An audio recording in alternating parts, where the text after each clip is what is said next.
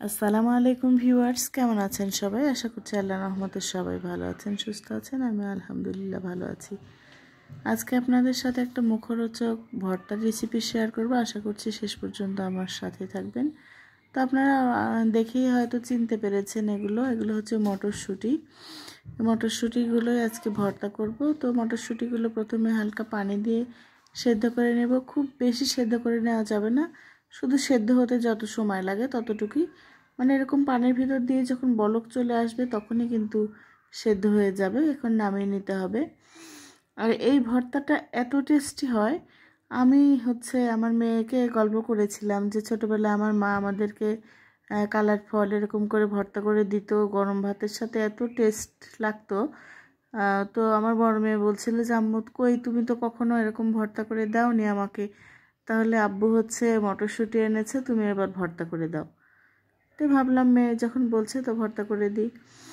তো এখানে পেঁয়াজ, রসুন, কাঁচামরিচও আমি ভেজে নিয়েছি সরিষার তেলে। আপনারা চাইলে কিন্তু সয়াবিন তেলেও ভাজতে পারেন, তবে যেহেতু ভর্তা সরিষার তেল দিলে খেতে বেশি ভালো লাগে।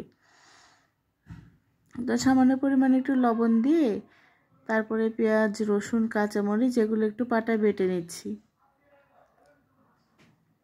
আর এই ভর্তাটা কিন্তু পাটায় বাটলেই বেশি ভালো লাগে। যাদের অসুবিধা আছে তারা চাইলে ব্লেন্ডারও করে নিতে পারেন, তবে এই ধরনের ভর্তা কিন্তু আমি পাটাতেই বাটি।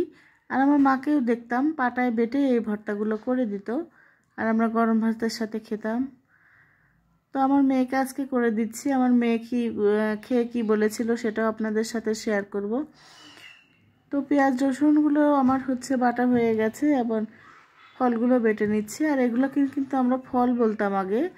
আর আগে আমার মা কিন্তু মটরশুঁটি দিয়ে করে দিত না, আমার মা করে দিত কালার ফল। ফল বলতাম আমরা। ওই কালার মানে খেসারি কালার যে ফল হয়, সেই বীজ দিয়েই করে দিত। আর এটা তো মটরশুঁটি, মটরের বিচি আর কি।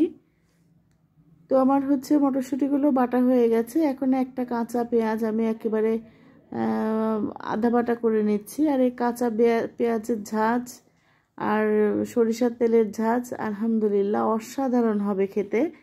তো আমার মেয়ে কিন্তু খেয়ে অনেক খুশি হয়েছে, বলছে যে আম্মু অন্যরকম লেভেলের একটা স্বাদ, অনেক ভালো লেগেছে, তুমি তো এর আগে কখনো করে দাওনি, এই ফার্স্ট টাইম খেলাম।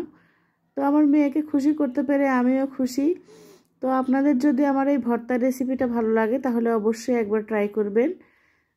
একটা ইউনিক ভর্তার রেসিপি, অনেকে এখনও জানেন না যে এরকম করে ভর্তা করে খাওয়া যায়।